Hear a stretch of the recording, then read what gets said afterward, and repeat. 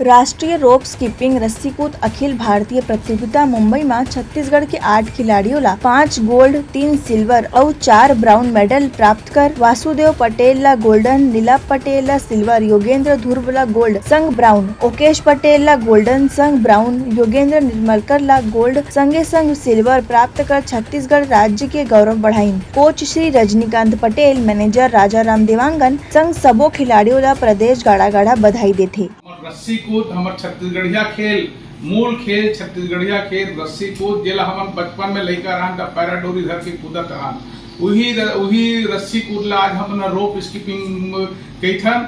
और आज एकर इंटरनेशनल स्तर पर, देश और विदेश स्तर पर एकर खेल कूद के आयोजन होते हैं। वही आयोजन के तहत आज अभी हाल में बॉम्बे में 3 जून से 5 जून तक आयोजन रही से कर, और वही में हमारे छत्तीसगढ़ के मात्र 8 लड़का गेरी से पार्टिसिपेट करे बर, और ये मन 8 लड़का मन पूरा 12 मेडल लेके आए हैं। 8 लड़का में 5 लड़का गोल्ड मेडल ले है, 3 लड़का सिल्वर मेडल ले है और 4 लड़का ब्रॉन्ज मेडल ले है। ऐसने हमारे छत्तीसगढ़ के जो पारंपरिक खेल है रस्सी कूद, ओमा हमारे राज्य के नाम रोशन करे है। मैं बहुत बहुत बधाई देता हूँ। ब्यूरो रिपोर्ट, उत्तलंघा न्यूज।